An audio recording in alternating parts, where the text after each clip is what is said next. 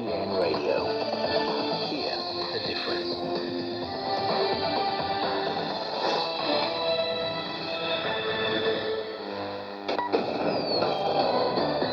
Now the news, I'm Wenji.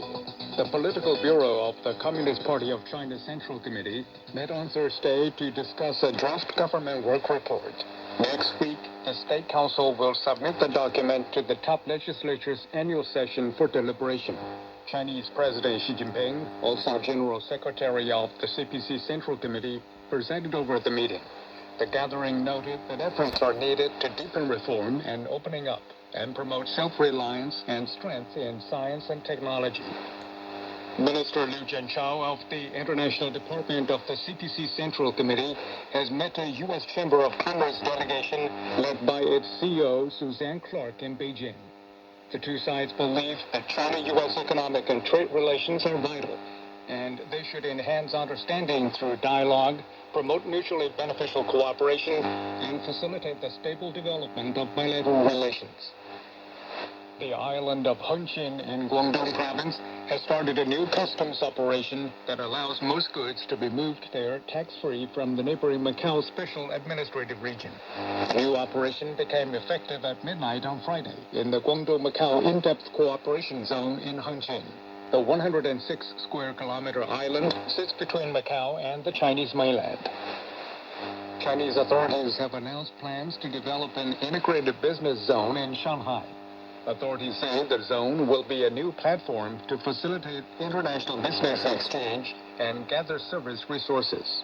The new zone will complement Shanghai's goal to be a global center for economy, trade, and science and technology innovation by 2025. China says its manned lunar exploration program is progressing smoothly. The new carrier rocket, spacecraft, lunar lander, and moon landing suit are in development stages. China plans to land astronauts on the moon before 2030 to carry out scientific exploration.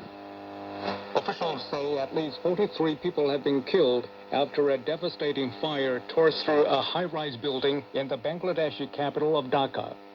They also warned that the number of deaths in the inferno is likely to rise. TV reports show fires are still raging in some parts of the building.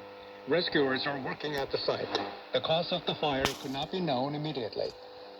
Palestinian officials say Israeli forces opened fire on a crowd of Palestinians waiting for aid on a coastal road west of Gaza City, killing more than 100 people.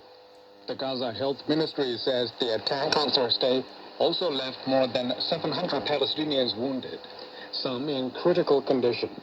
The injured were taken to El Shifa Hospital, which is overwhelmed and under-equipped. Waste generation is a highlight of the UN Environment Assembly underway in Nairobi. The United Nations Environment Program says global waste generation will soar unless urgent measures are taken to reverse current trends. Wilkester Niabwa has more. The Earth's global waste problem is growing. Municipal solid waste production is predicted to grow from 2.3 billion tons in 2023 to 3.8 billion tons by 2050. This is according to the Global Waste Management Report of 2024, which took stock of the status of waste disposal in countries around the world.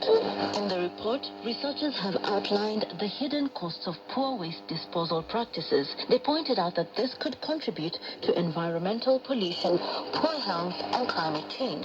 Fast-developing areas also continue to generate huge volumes of waste. Projections show that a circular economy where waste generation and economic growth are separated could lead to a net gain of about $100 billion per year.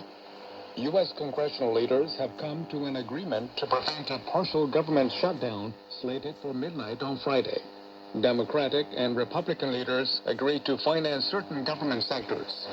They also decided to prolong the existing deadlines, buying Congress more time to craft annual spending bills.